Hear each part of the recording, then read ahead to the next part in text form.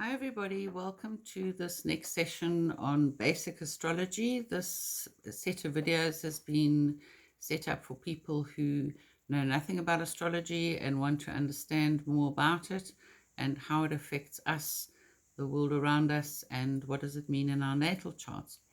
So today we're going to be doing genders.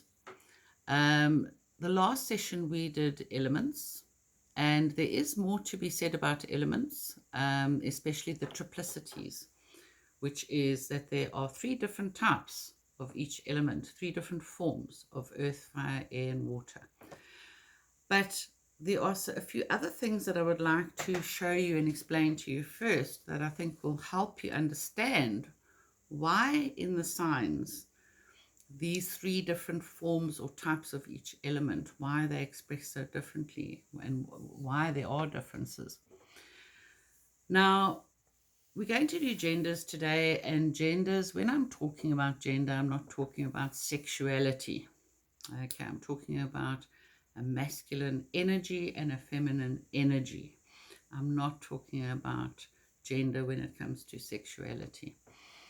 Now, each planet has got a gender assigned to it.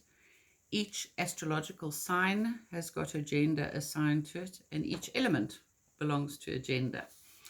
So when it comes to the signs, it's really, really easy to remember which are masculine and feminine, because starting with Aries, it goes masculine, feminine, masculine, feminine, masculine, feminine, masculine, feminine, masculine, feminine, masculine, feminine, all the way around the wheel in an anti-clockwise direction.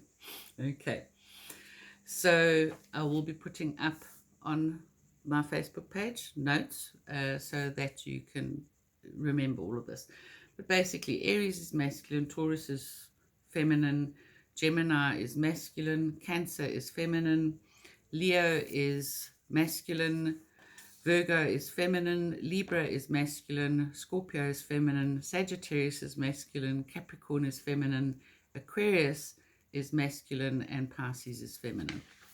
So then we have our planets, which have also got genders allocated to them. All right. So you've got your masculine planets are Sun, Mars, Jupiter, Saturn, and Uranus. And our feminine planets are Moon and Venus. Neptune and Pluto, I've put there with question marks because different schools of thought and different people and different types of astrology, they allocate different genders, or some of them say they don't have a gender. But it doesn't really matter with Uranus and Neptune and Pluto, because they are transpersonal modern planets, as you already know from past lessons, and they don't affect us very, very personally every day on an individual level. And then we have Mercury, which is seen as a neuter. It's a neutral planet. It doesn't belong to masculine or feminine gender. In fact, often the sun is seen as the divine father, the moon the divine mother, and Mercury the divine child. So what do these different genders actually mean? Well, first of all, you must remember that even in the human body, we have, whether you're born a man or a woman, we all have a mixture of both masculine and feminine hormones, and we have different attributes that are masculine or feminine, and you will see this in people, very masculine females, very feminine men. You know, we all have different mixtures of these energies. So now the elements have also got genders allocated to them. Fire and air are masculine, and water and earth are feminine. So there's your masculine, fire and air, and your feminine, earth and water.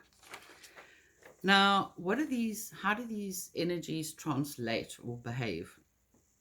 So masculine energy is seen as projecting outwards. And the easiest way to remember this is, the very basic difference, the most basic difference between the masculine and feminine energy is it's very similar to the way the human body is. The masculine is more outward, the feminine is more inward. So the masculine energy projects outward, it's more spontaneous, it's outwardly active, it's assertive, it can even be aggressive, it's forceful, it's competitive, it's self-expressive, it's direct, it's outwardly expressed, it's expansive, it's usually seen because it is outward. It's conscious drives, and it very much, the masculine energies do tie into our drives of all kinds. Extroverted, creative, energy, very active, our will, and it's an outgoing force. So that's the basics. The feminine energy is almost the opposite. It's more inward. Okay, it's indrawing, it's attracting, it's contemplative, it's inwardly active, it's assertive, but not usually aggressive, unless the mother energy comes in. Controlled force, reserved, indirect, contained and sustained energy. It's receptive, magnetic, receiving. It's unconscious or subconscious drives. It's absorbent. It's more introverted. It's more inwardly expressed. There's a lot of survival and security stuff that goes on with the female energy. Self-repressive, passive, yielding, inward-looking, usually non-aggressive, and it's forming and evolving. Okay. Now, the masculine energy, in scientific terms, it ties into the proton in the atom. In psychology, it ties into the animus. And in Chinese philosophy, and that it ties into the yang energy. The feminine ties into, in psychology, it ties into the anima. In Chinese philosophy, Eastern philosophy, it's the yin energy. And in the atom, it would be the electron. So the masculine is the positive charge, the feminine is the negative charge. And when we say negative and positive, we do not mean good and evil. We are talking purely on a scientific basis. Okay, so these understanding these genders and how they function, how they express, will help you to understand why a particular sign or why a particular planet behaves in a certain way because of its gender. All right, so I look forward to learning more with you guys and teaching you more about all these different aspects of astrology. And these are just the basics, and as you start putting it all together, it does get quite fascinating. So I hope you'll enjoy it. Okay, have a good day. Bye.